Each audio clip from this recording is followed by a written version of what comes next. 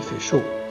Envie d'une rando majoritairement en forêt, et ça tombe bien, la crête du Lauzet en face va nous offrir une ascension très boisée pour un magnifique panorama sur le sommet du Pouzinc une fois parvenu sur la ligne de crête. Et en solfège facile, départ de Clos-Besson. À Clos-Besson, un mémorial nous interpelle. 11 noms sur un monument rappellent ce jour du 23 janvier 1998. La montagne est belle, mais elle peut être très cruelle. Et comme notre randonnée sera hantée par cet événement tragique, je vous en parle un peu plus loin.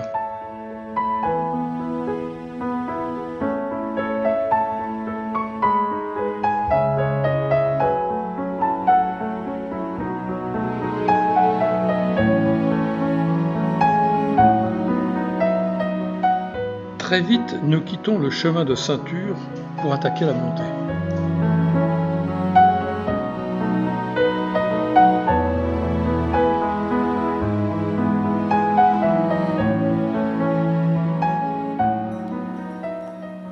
Je crois qu'elles ont à bouffer là.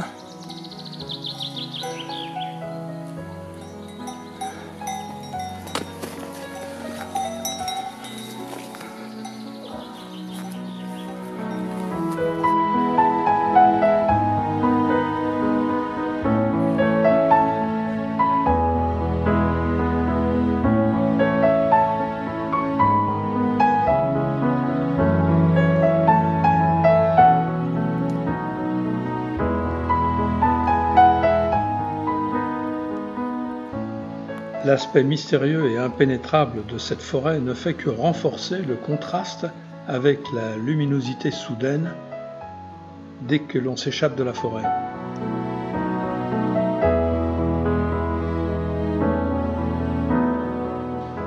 La pente est prononcée, mais le chemin est confortable.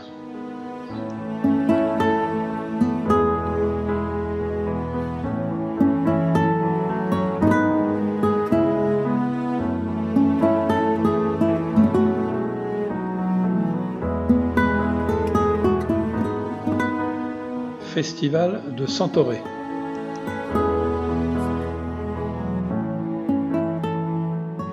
Quel être maléfique est passé par là? On se croirait dans un film d'horreur.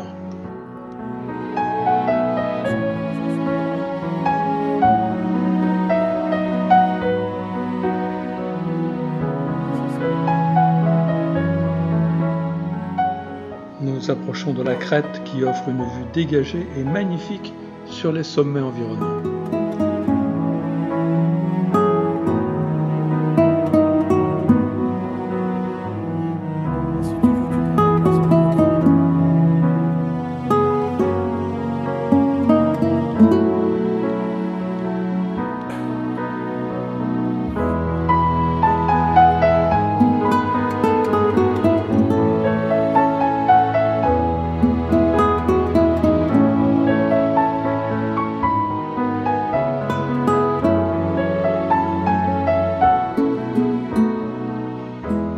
Encore un petit effort pour le point culminant, avec le sommet du Pouzinc qui se dévoile devant nous.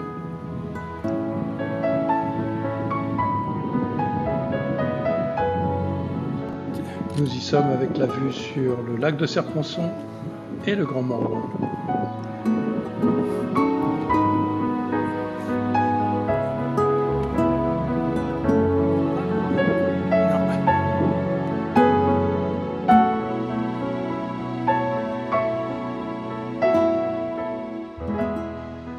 En contrebas, le Val de Durance,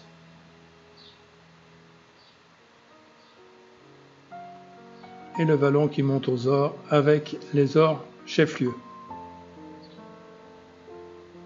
En bas, le vallon de Siguret.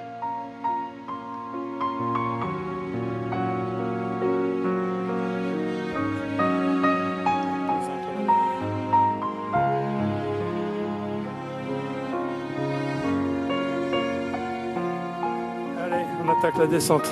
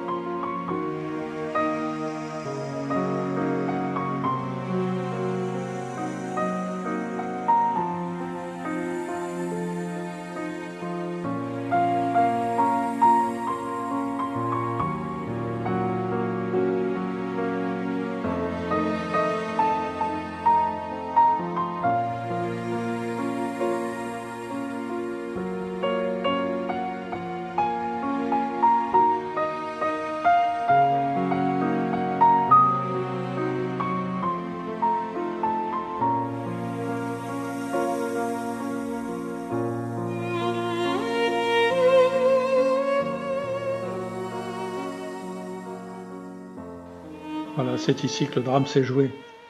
C'était leur dernière journée en montagne. Une classe de neige basée à Châteauroux, près d'Embrun.